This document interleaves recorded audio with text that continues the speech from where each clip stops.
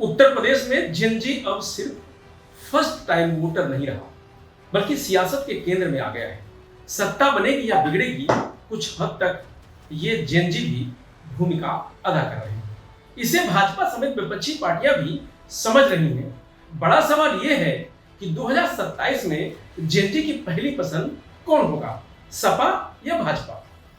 दरअसल यूपी में 15% vote Gen Z के हैं। ट्रेंड बताता है कि कई बार यहां केवल 3-4% वोट के अंतर से सरकार बन या बिगड़ जाती है। विधानसभा चुनाव होने में अब सिर्फ 6 महीने बचे हैं, इसलिए सभी राजनीतिक पार्टियों की चिंता जेनजी हो गए हैं। 15 में 3 से 5% जेएनजी भी इधर से उधर हो गया तो सरकार बनने का सपना टूट सकता है। यही वजह है कि भाजपा हो या सपा, कांग्रेस हो या चंद्रशेखर आजाद की पार्टी, सभी जेएनजी को साधने में लग गए हैं। यहां हम बताएंगे कि पिछले चुनाव में कब और कितने प्रतिशत वोट शेयर ज्यादा होने से सरकार बन गई, कौन सी पार्टी जेएनजी को अपने पाले में करने के लिए क्या कर रही है। तो 2012 के विधानसभा चुनाव में सपा और बसपा में सीधी टक्कर थी। सपा को सिर्फ 3.24% वोट ज्यादा मिले, लेकिन उसने 144 सीटें ज्यादा हासिल की। सपा को 29.15% वोट मिले, जबकि बसपा को 25.91% यानी 3.24% वोट शेयर ज्यादा था। इतने कम मार्जिन में सपा को 224 और बसपा को केवल 80 सीटें मिली। इस चुनाव में भाजपा को 15% वोट मिले थे और 47 सीटें मिली थी। अब बात 2022 के विधानसभा चुनाव की है, तो केवल 7.22% वोट शेयर ज्यादा लेकर भाजपा और सहयोगी दलों को 148 सीटें ज्यादा मिली थी। एनडीए का वोट शेयर 43.82% था, इन्हें 273 सीटें मिली, जबकि सपा गठबंधन का वोट शेयर 36.60 था और केवल 125 सीटें मिली। हालिया प्रदर्शन में जेएनजी जिस तरह से एकजुट हुए हैं, इसे देखते हुए माना जा रहा है कि यूपी चुनाव के कुल 13 करोड़ वोटर में 2.7 करोड़ यानी 15% जेएनजी में अगर किसी एक ब्लॉक की तरह वोट करता है तो वह राज्य की 80 से 120 विधानसभा सीटों के नतीजों को अकेले पलटने का दम रखता है। चुनाव से संबंधित आंकड़ों का एनालिसिस करने वाली संस्था ADR, association for democratic reforms के पदाधिकारी संजय सिंह कहते हैं कि 10,000 से कम मार्जिन से जीती हुई 99 सीटों पर 2027 के चुनाव में भी जेएनजी बड़ी चुनौती रहेगी। भाजपा सत्ता में है, चुनौती उसके सामने है कि वह यूथ को कैसे जोड़ पाती है। संजय सिंह युवा वोट डाइवर्जन पर कहते हैं कि हमारे रिसर्च में सामने आया है कि लोकसभा चुनाव 2014 में 85% युवाओं ने भाजपा को वोट दिया था। 2019 में 70% युवाओं ने भाजपा को वोट दिया। 2024 के चुनाव में 50 से 55% युवाओं ने भाजपा को वोट दिया। 3 चुनाव में ही 30 से 35% की गिरावट आ चुकी है। अभी के ट्रेंड में जेएनजी किसी एक पार्टी की तरफ जाता हुआ दिखाई नहीं दे रहा है। यूथ किस तरफ जाएगा, ये अक्टूबर या नवंबर तक बिल्कुल साफ हो जाएगा। लखनऊ के शिक्षाविद का कहना है कि जेएनजी का कोई स्थापित नेता या दल नहीं है। उनका असली मार्गदर्शन इंस्टाग्राम और सोशल मीडिया ट्रेंड्स है। नीट पेपर लीक और यूजीसी के नए नियमों के विरोध में सड़कों पर उतरे हजारों युवाओं ने यह साबित कर दिया है कि वे अपने भविष्य के मुद्दों पर किसी दल के झंडे के मोहताज नहीं है।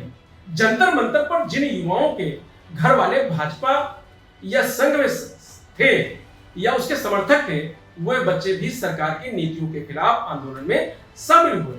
इसका सीधा मतलब यह है कि वे युवा परिवार की राजनीतिक सोच से अलग फैसला लेते हैं। कई बार ये सोच देश को दिशा देने वाली भी हो सकती है।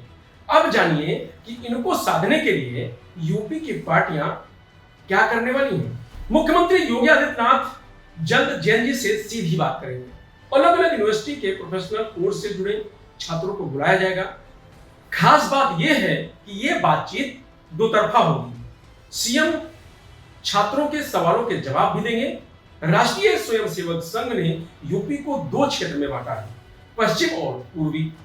यहाँ क्षेत्र प्रचारक जेएनजी से संवाद करने अलग अलग यूनिवर्सिटी में जाएंगे, उनकी भावनाओं और समस्याओं को समझेंगे। इस बातचीत से जो भी नए फैक्ट सामने आएंगे उन्हें सरकार और भाजपा संगठन को बताया जाएगा, जिससे आगे की रणनीति उसके अनुसार बनाई जा सके। भाजपा के विधायकों और स्थानीय प्रशासन के समन्वय से भाजपा युवा सलाहकार समिति बनाई जाएगी। इसमें युवा प्रतिनिधि, छात्र नेता, प्रतियोगी परीक्षाओं की तैयारी करने वाले अभ्यर्थी, युवा उद्यमी और सामाजिक डिजिटल इन्फ्लुएंसर को शामिल किया जाएगा। शुरुआत में यह जिला स्तर पर होगा, आगे चलकर इसे ब्लॉक स्तर तक विस्तार से देने की योजना है, जिससे जमीन स्तर के युवाओं के मुद्दे सीधे विधायक और सरकार तक पहुंच सकेंगे। भाजपा अपने जनप्रतिनिधियों और नेताओं को रील्स, ट्रेंड्स और एक्स के जरिए युवाओं से सीधा संवाद स्थापित करने के लिए डिजिटल ट्रेनिंग दे रही है। इसका उद्देश्य युवाओं के मुद्दों जैसे रोजगार व परीक्षा पर तुरंत फीडबैक हासिल करना और अपनी बात सीधे उन तक पहुंचाना है। तो समाजवादी पार्टी के राष्ट्रीय अध्यक्ष अखिलेश यादव ने प्रदेश भर के 200 से ज्यादा डिजिटल कंटेंट क्रिएटर्स और इन्फ्लुएंसर के साथ बैठक की थी। वह चाहते हैं कि पारंपरिक मीडिया पर निर्भरता घटाई जाए, यूट्यूब, इंस्टा और फेसबुक के जरिए युवाओं तक अपनी नीतियों को सीधे पहुंचाया जाए। वह चाहते हैं कि इन्फ्लुएंसर पेपर लीक, बेरोजगारी और महंगाई जैसे मुद्दों पर कंटेंट बनाने के लिए डेटा और तथ्य उपलब्ध कराएं।